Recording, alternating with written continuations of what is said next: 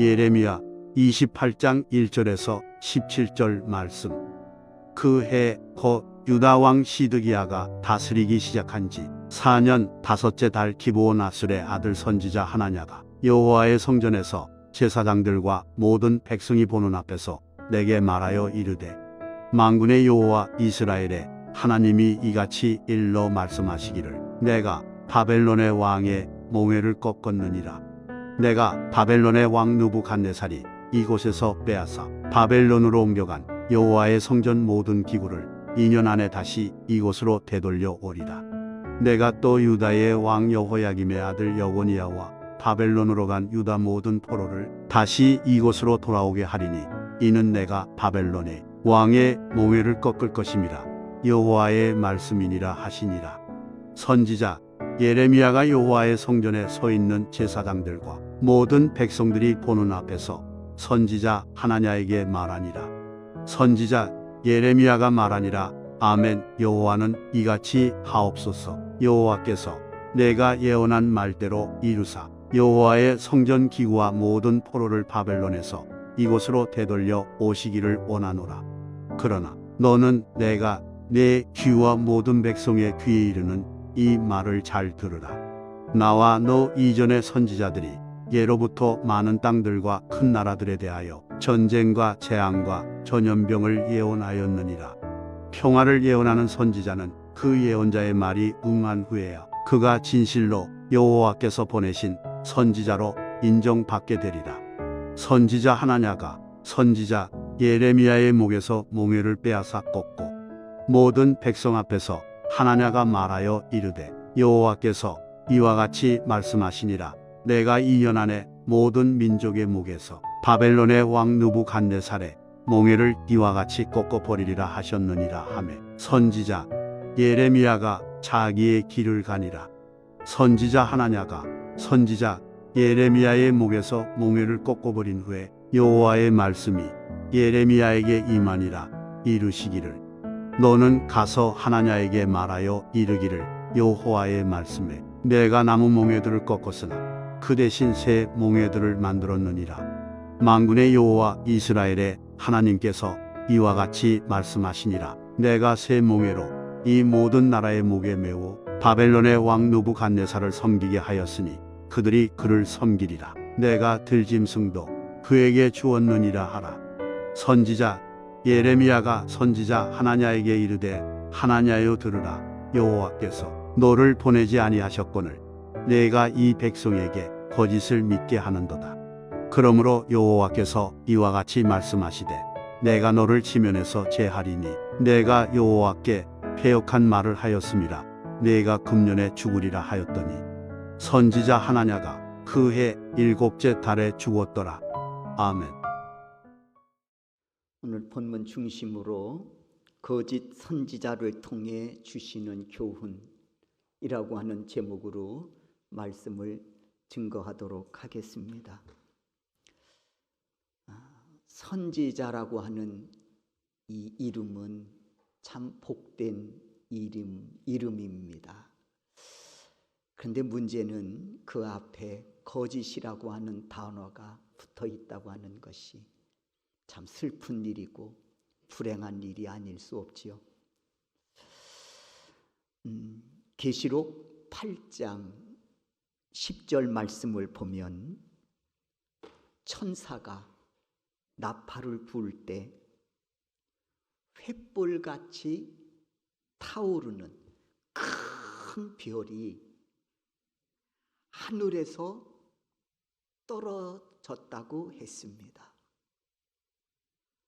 어디에 떨어졌는고 하니 강물에 떨어진 거예요.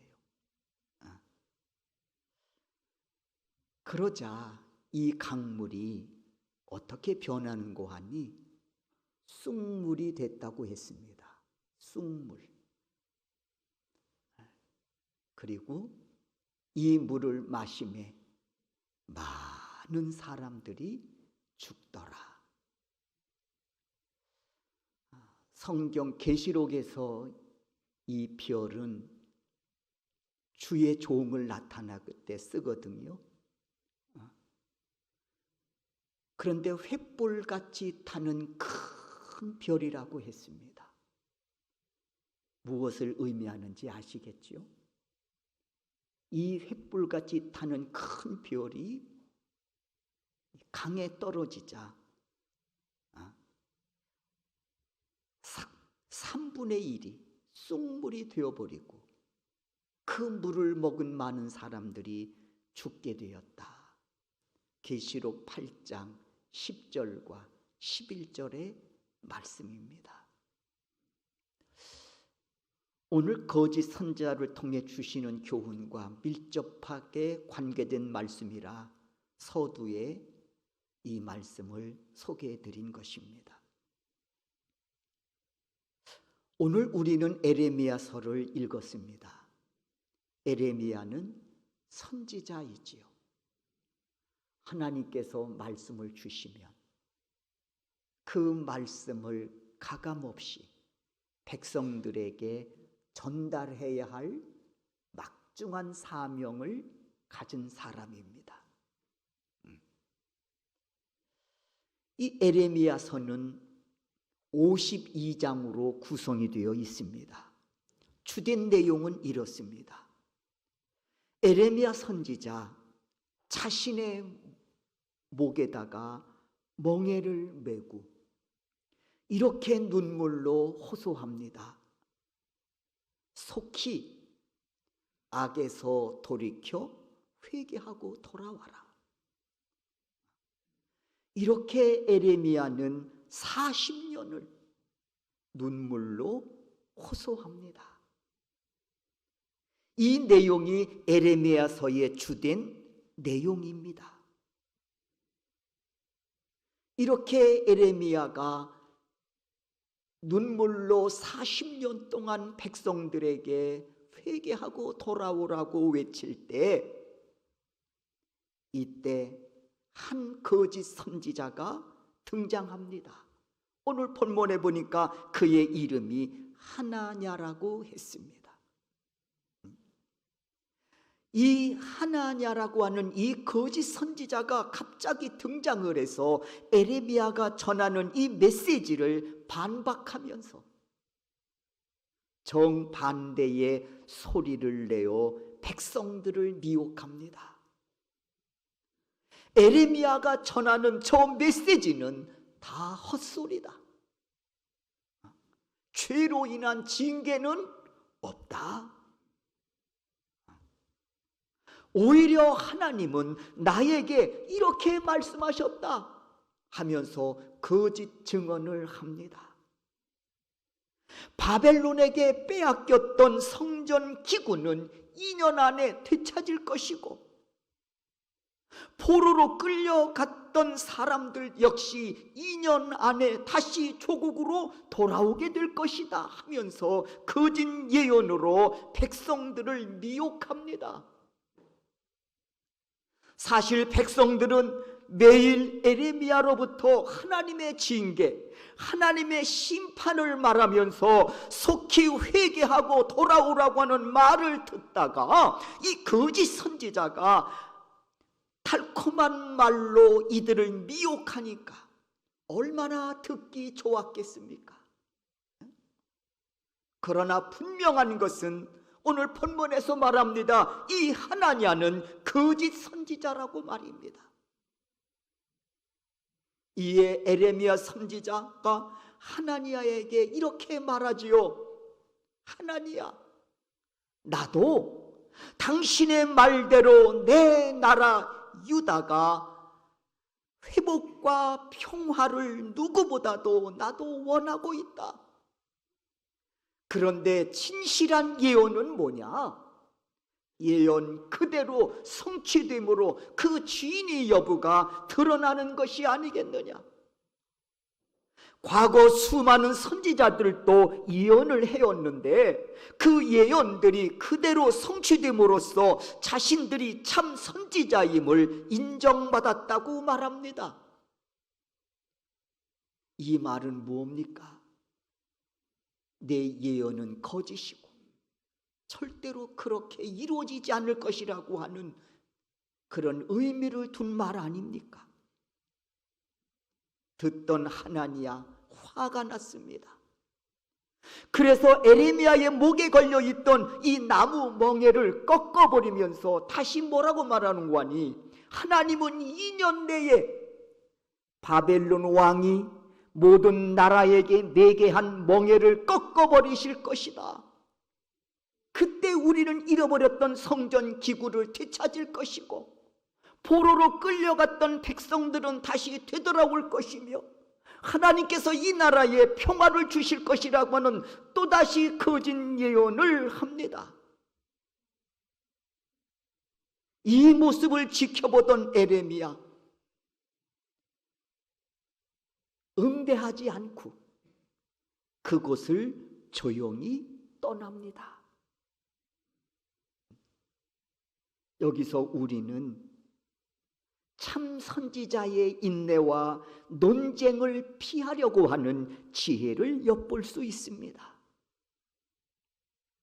그리고 우리는 여기서 하나님의 말씀을 전하는 자는 어디에 관심을 두고 살아야 하는지도 깨닫게 하십니다. 하나님의 말씀을 전하는 자의 관심은 어디 있을까요? 영혼 구원입니다.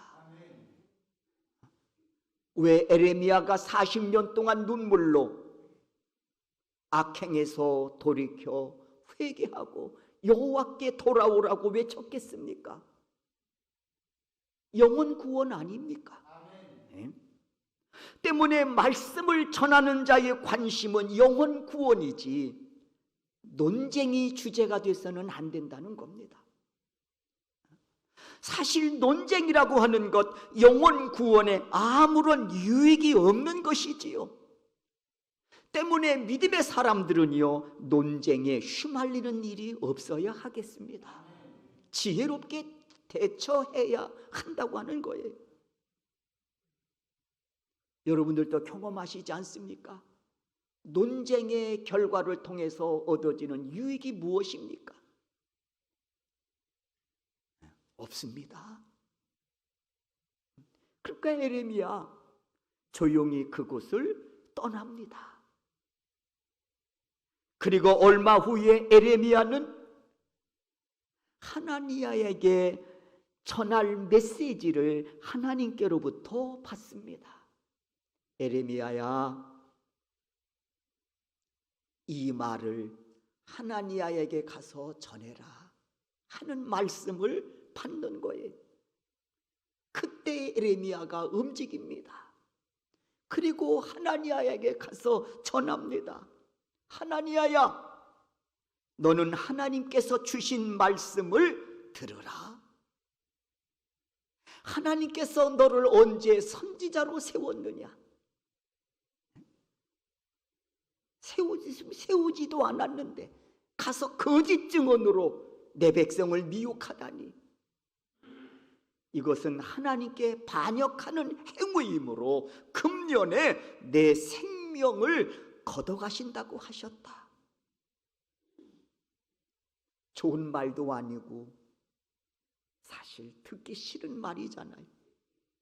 그래도 에레미야는 가감없이 가서 하나니야에게 하나님께서 주신 말씀을 전합니다. 그리고 하나니야는 이 말씀을 들은 후 2달 후에 어떻게 됐다고 했습니까? 오늘 본문에 보니까 죽음을 맞았다고 했습니다.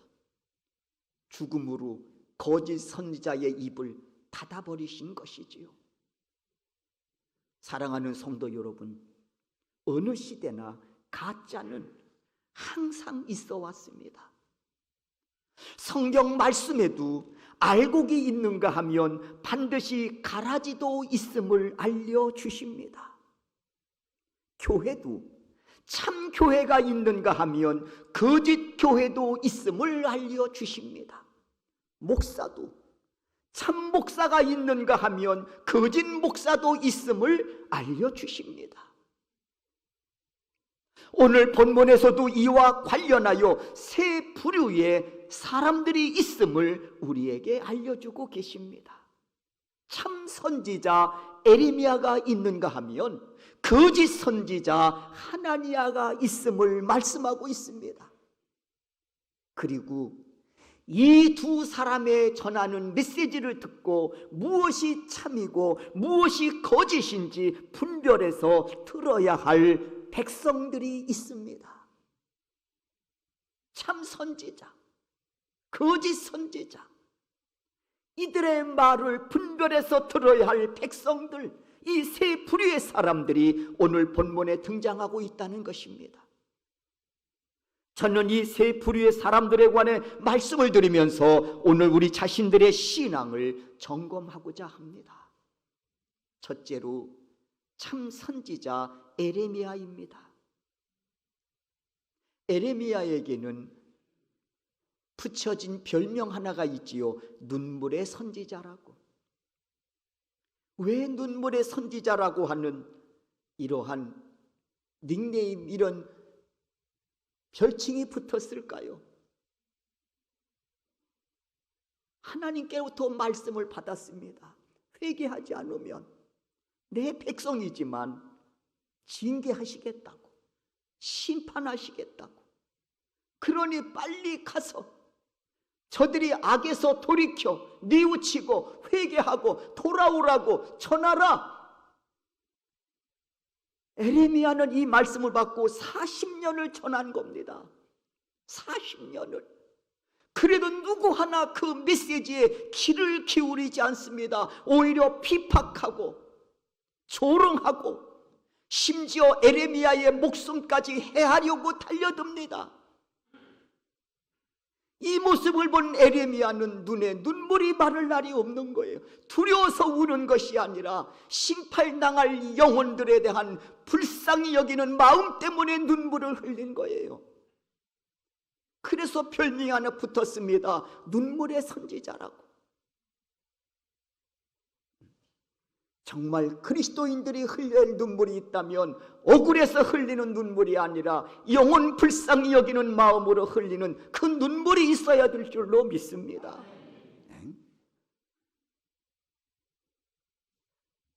죄를 뉘우쳐 회개하고 하나님께로 돌아오라. 그렇지 않으면 바벨론의 멍에를 우리 목에 매게 하실 것이다. 그러니 늦기 전에 돌아오라고 40년 동안 에레미야가 친히 목에 멍에를 메고 외치고 있는 거예요. 시청과 교제까지 사용하고 있는 거지. 자기 몸을. 방금 말씀드렸지요. 이 말씀을 목숨 걸고 40년을 선포한 거예요. 문제는 누구 하나 그 목소리 귀를 기울이지 않는 거예요. 그래도 멈출 수가 없었지요. 그래도 멈출 수가 없었습니다. 왜냐하면 하나님이 전하라고 하신 그 말씀을 받았기 때문이었습니다. 가서 전해라. 이 말씀을 받았기 때문에 멈출 수가 없었던 것입니다. 그때 가짜 선지자 하나냐가 나타나서 아니다. 하나님께서는 나에게 그렇게 말씀하지 않으셨다. 죄 회개하지 않아도 돼. 하나님이 다 알아서 해결해 주실 거야. 이제 2년 안에 성전 기구 우리가 되찾을 것이고 끌려갔던 포로 돌아올 것이고 하나님이 이 땅에 평화가 임할 것이라고 내게 말씀하셨다 하고 거짓 증거를 하고 있는 거예요. 그러면서 내 말 좀 들어봐라. 백성들을 현혹하고 있는 것이죠. 그러면서 이 거짓 선지자 하나니야는 에레미야의 목에서 멍에를 빼앗아 꺾어버립니다. 하나님이 이렇게 꺾어버리실 것이라고. 11절을 보십시오. 11절 다 같이 한번 11절 말씀을 읽겠습니다. 읽습니다. 모든 백성 앞에서 하나냐가 말하여 이르되 여호와께서 이와 같이 말씀하시니라. 내가 2년 안에 모든 민족의 목에서 바벨론의 왕 느부갓네살의 멍에를 이와 같이 꺾어버리라 하셨느니라 하며 선지자 에레미야가 자기 길을 가니라. 논쟁하지 않고 자기 길을 가는 것. 그러니 백성들이 얼마나 하나니야를 좋아하고 이 사람이 참 선지자하며 따랐겠습니까?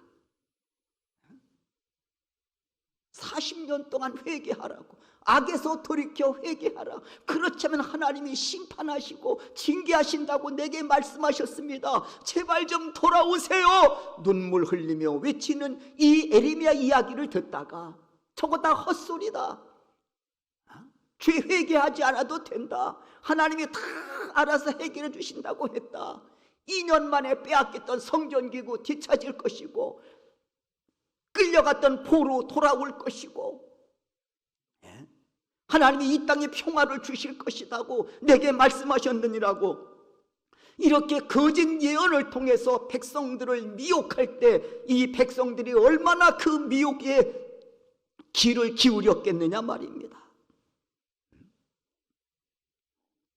이런 상황 속에서 에레미야가 외롭게 핍박을 받으면서, 아닙니다, 죄에서 돌이키지 않으면 하나님이 반드시 징계하십니다, 하나님의 말씀을 전하고 있는 겁니다. 목숨을 걸고 말입니다.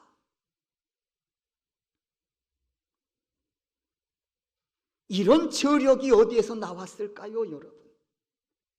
4일도 아니에요, 40일도 아니야, 4년도 아닙니다, 40년을. 이런 저력이 어디에서 나온 걸까요? 이유가 분명합니다. 에레미야는 나를 통해서 하나님의 온전하신 뜻이 이루어질 수만 있다면, 나를 통해서 하나님의 뜻이 이루어질 수 있다면 이보다 더 큰 기쁨은 없습니다. 이 신앙으로 40년을 이 사명을 감당하며 백성들을 향해 눈물을 흘리면서 이 메시지를 전한 겁니다. 나를 통해서 하나님의 뜻이 이루어질 수 있다면 이보다 더 큰 영광이 어디 있으며 이보다 더 큰 기쁨이 어디 있습니까? 하는 믿음으로 말입니다. 하나님의 뜻이 뭐예요? 어떤 뜻이 있어서 하나님은 에레미야에게 메시지를 주시고 전하라고 하셨을까요? 한마디로 뭡니까? 영혼 구원 아닙니까? 악에서 돌이켜서 죄를 뉘우치고 회개하고 내게 돌아오라. 궁극적으로 이 메시지를 한마디로 한 단어로 축약한다면 영혼 구원 아닙니까? 구원받으라는 거 아닙니까? 그렇습니다, 여러분. 지금 에레미야는 마치 예수님께서 십자가를 앞에 두시고 하나님의 뜻이 이루어지기를 기도하신 것처럼 그의 관심은 오로지 하나님의 선하신 뜻, 죄악 가운데 있는 백성들이 죄를 속히 회개하고 하나님께 돌아오는 것이었습니다. 사랑하는 우리 소명교 성도 여러분, 여러분의 관심과 여러분의 삶의 목표는 어디에 집중되어 있으십니까? 예? 여러분의 관심은 어디에 집중되어 있고요, 삶의 목표는 어디에 집중되어 있느냐 말이에요. 오늘 에레미야를 통해서 그 답을 얻는 그런 여러분 되실 수 있기를 주의 이름으로 축원합니다. 그래서 사도 바울의 고백처럼 나의 달려갈 길과 주 예수께 받은 사명, 곧 하나님의 은혜의 복음을 증언하는 일을 마치려 하면은 나의 생명조차 조금 더 귀한 것으로 여기지 아니하노라. 이 신앙으로 변함없이 사도 바울은 달려갔지요. 그리고 인생 황혼기, 그리고 순교를 앞에 두고 디모데후서 4장 7절과 8절에서 이렇게 자신의 인생을 아름답게 마무리 짓고 있습니다. 디모데후서 4장 7절과 8절입니다. 다 같이 한번 이 말씀 우리가 함께 읽습니다. 읽겠습니다. 나는 선한 싸움을 싸우고 나의 달려갈 길을 마치고 믿음을 지켰으니 이제 후로는 나를 위하여 의의 면류관이 예비되었으므로 주 곧 의로우신 재판장이 그날에 내게 주실 것이며 내게만 아니라 주의 나타나심을 사모하는 모든 자에게도 니라. 소망합니다. 이 고백이 여러분의 입술을 통해서도 선포될 수 있기를 주의 이름으로 축원합니다. 두 번째, 오늘 우리는 본문에서 거짓 선지자를 만나게 됩니다. 누굽니까? 하나냐이지요. 그는 하나님의 백성을 거짓으로 미혹하는 자입니다. 미혹은 사단이 믿음의 사람들을 무너뜨릴 때 사용하는 무기입니다. 미혹, 거절하지 않으면, 이를 경계하고 거절하지 않으면 이겨낼 장사 없습니다. 미혹이란 뜻이 어떤 뜻이냐? 여러분 이거 아시지요? 이렇게 하고 땅에 대고 10바퀴든 5바퀴든 돌지 않습니까? 미혹은 이렇게 사람을 뱅뱅 돌린다, 그런 의미가 있습니다. 장산될 무슨 의미가 있습니까? 5바퀴만 돌려놔 보세요. 거기에 장사가 필요합니까? 무슨 장사가 필요합니까? 어린아이가요 탁 건드려도 그냥 넘어갑니다. 미혹에 걸리면 이겨낼 자가 없다, 그런 얘기예요. 그러니까 이것을 알고 경계하고 거절하지 않으면 누구든 무너질 수밖에 없는 거예요. 미혹당해서 무너진 사람, 그러고 싶은 사람이 어디 있겠습니까? 생각해 보세요. 그런데 무너졌습니다. 왜? 당해낼 재간이 없거든. 걸려들면 나는 괜찮다고 그처럼 교만한 게 없어요. 아담과 하와 사단의 미혹에 넘어가고 결국 에덴 동산에서 추방당한 거 아닙니까? 오늘 본문에서도 거짓 선지자 하나니야 역시 백성들을 거짓으로 미혹하고 있습니다. 죄 회개하지 않아도 된다. 하나님이 다 알아서 해결해 주신다. 그래서 우리 목에 매여 있는 이 멍에를 하나님이 풀어주실 것이니까 염려하지 마라. 이렇게 거짓 증거로 백성들을 혼란에 빠지게 하는 것.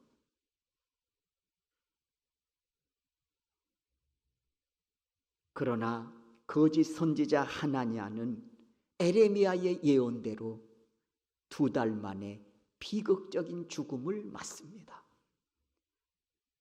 하나님을 떠난 거짓 선지자 최후의 말로지요. 그러니 하나님의 백성들은 결코 거짓에 미혹되어 멸망의 줄에 서 있어서는 안 됩니다. 항상 내가 어디에 서서 어디로 가고 있는지 자신의 영적 현주소를 살피는 일에 게으름이 없어야 하겠습니다. 누가 지혜로운 사람일까? 지혜로운 말을 하는 것도 지혜로운 사람이 할 일이지만 정말 지혜로운 사람은 자신을 살필 줄 아는 사람입니다. 상황을 살피기 전에 먼저 자신을 살필 줄 아는 사람이 저는 진정한 지혜의 사람이라고 생각합니다. 내가 어디에 서서 지금 어디로 가고 있는지 자신의 영적 현주소를 살피는 일에 게으름이 없는 자. 오늘 우리는 거짓 선지자를 통해서 두 번째 우리가 받아야 될 교훈은 나는 지금 어느 줄에 서 있는가? 내가 어느 줄에 서서 어디를 가고 있는지 자신의 영적 현주소를 살피는 일에 게으름이 없기를 주의 이름으로 축원합니다. 세 번째 부류의 사람들이 있다고 그랬죠. 누굽니까? 백성들이지요. 이들은 누구를 따를 것인가? 누구의 말을 선택해서 따를 것인가? 기로에 서 있는 사람들이에요. 이들은 에레미야 선지자의 선포와 하나니야가 선포하는 거짓 증거 아래 이들은 지금 서 있습니다. 이제 이들은 한 길을 선택해서 그 길을 가야 할 사람들이지요. 내 입맛을 쓰게 만들고 마음을 불편하게 만드는 에레미야의 말을 쫓아 죄를 뉘우치고 회개하여 하나님의 자녀로 살아갈 길을 선택할 것인가? 아니면 우리 입맛을 달콤하게 하고 듣기 좋은 말로 미혹하는 하나니아의 거짓 증거를 따를 것인가? 선택의 기로에 서 있는 백성들이 있습니다. 이들의 모습을 보면서 우리는 나 자신을 묻게 되지요. 향해서 묻게 되지요. 과연 나는 어느 길을 선택할 것인가? 그리고 나는 지금 어느 길을 선택하여 가고 있는가? 마태복음 7장 15절에서 말씀합니다. 거짓 선지자들을 삼가라. 옷을 입고 너희에게 나오나 속에는 노략질하는 일이라. 거짓 선지자들을 삼가라. 여러분, 여기서 삼가라고 하는 뜻은 어떤 의미고 하니 주의하여 알아차리라 라는 뜻입니다. 주의해서 알아차리라. 이것이 삼가라는 뜻이에요. 무엇을 주의하여 알아차리라는 것일까? 여긴 두 가지 의미가 있습니다. 첫째는 나 자신에 대하여 주의하라는 말이에요. 주변 환경에만 민감하지 말고 그보다 더 민감하고 더 주의해야 될 것이 있는데 그게 뭐냐? 바로 나 자신이라는 거예요. 그러므로 주의하여 알아차리라는 이 말씀 속에는 첫 번째는 나 자신에 대해서 주의하라는 말입니다. 이를 이렇게 저는 표현하고 싶습니다. 근신하고 항상 깨어 있어 자신을 살피라. 먼저 자신을 살피라. 깨어 있고 근신해서 자신을 먼저 살펴보라는 거예요. 내가 지금 어디에 서 있는지, 내가 지금 어디를 향해 가고 있는지, 누구를 따라가고 있는지 살피라는 거죠. 두 번째, 주의하라는 뜻은 주변에 있을 위험한 요소들에 대해서 주의하고 살피라는 거예요. 즉 거짓 선지자를 주의하여 그들의 미혹을 알아차리라는 것입니다. 그리고 그 줄에 서지 말라는 거예요. 쫓지 말라는 거예요. 미혹당하지 말라는 이야기입니다. 그러므로 진정 지혜로운 자는, 그리고 승리자로 살아가는 자들은 먼저 자신을 주의 깊게 살펴볼 뿐만 아니라 사단의 거짓된 미혹을 알아차리고 단호하게 거절하며 진리 안에서 사는 자들입니다. 여러분, 삼손이 왜 망했다고 생각하십니까? 삼손이 왜 망했을까요? 사사로 부름을 받은 거룩한 신분을 지닌 자였는데 남다른 능력을 하나님이 주시지 않았습니까? 그런데 망했어요. 왜 망했을까요? 데릴라라고 하는 여인 때문에? 맞습니다. 그러나 더 중요한 것이 있습니다. 삼손은 먼저 자신을 주의하여 살펴보지 않았기 때문이었습니다.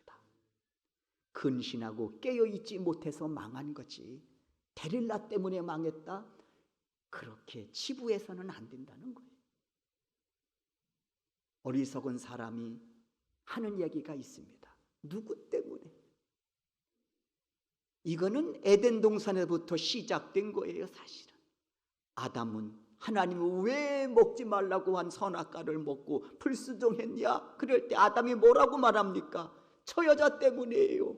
하나님이 주시지 않았습니까? 하나님이 주신 저 여자 때문에 내가 불순종했습니다. 누구 때문에라는 거? 첫째, 하나님 때문에 내가 불순종했고, 두 번째는 하와 때문에 불순종했다는 거예요. 방금 얼마 전까지만 해도 아담이 뭐라고 했습니까? 이야, 뼈 중에 뼈요 살 중에 살이로다. 그렇게 사랑을 고백했던 아담이 그렇게 변하는 거예요. 자신을 살펴야지. 지혜로운 사람은 자신을 살피는 사람이라는 거예요. 삼손이 데릴라 앞에서 자신을 살폈다면, 깨어 근신하고 있었다면 무너졌겠냐 말이에요. 데릴라가 아무리 이뻐도 안 무너졌을 거예요. 요셉 안 무너졌잖아요. 요셉을 미혹했던 보디발의 아내는 데릴라보다 덜 이뻐서 요셉이 뭐 안 무너졌습니까? 아니잖아요. 미혹당하지 않고 옷을 벗어던지고 침실에서 뛰쳐나가잖아요. 자리를 피하지 않습니까? 그게 지혜입니다. 에레미야가 하나냐를 떠날 때 떠나듯이 논쟁하지 않고, 논쟁은 유익이 없는 거예요. 여러분, 삼손이 망한 이유는 데릴라 맞아요. 그러나 더 중요한 것은 자신을 주위에서 살펴보지 못했기 때문입니다. 그리고 두 번째는 데릴라의 미혹의 의도를 알아차리지 못했기 때문이지요. 그러니 데릴라의 유혹에 무방비로 당한 겁니다. 그러므로 삼가하라, 주의하라는 말씀에 무엇보다 자신을 살피는 일에 정신을 차리고 깨어 근신해 있어야 합니다. 슬기로운 다섯 처녀처럼 등잔에 기름이 떨어지지 않고 깨어 준비하다가 신랑이 이렸다는 말씀에 심지를 돋우고 신랑을 맞이했던 것처럼 말입니다. 그리고 내 주위를 살펴서 거짓 선지자에게 넘어가지 않도록 그들의 악한 의도를 알아차리고 이를 단호히 거절하고 싸워 물리쳐는 십자가의 군병으로 우리가 거듭나야 할 줄로 믿습니다. 그래서 빌립보서 3장 2절에서 말씀합니다. 개들을 삼가하고 행악하는 자들을 삼가하고 몸을 상해하는 일을 삼가하라 명하는 말씀을 주고 있습니다. 소망합니다. 이 말씀에 아멘으로 다 화답하실 수 있기를 주의 이름으로 축원합니다. 여러분, 진리를 무장하고 진리를 따르는 여러분, 이 길이 좁고 협착할 수 있습니다. 그러나 이 길을 포기할 수 없는 것은 이 길이 생명의 길이기 때문임을 믿습니다. 주의 종이 소망합니다. 우리 모두 생명의 길 종착역에서 우리 모두가 다 기쁨으로 만날 수 있기를 주의 이름으로 축원합니다. 주님이 일어서신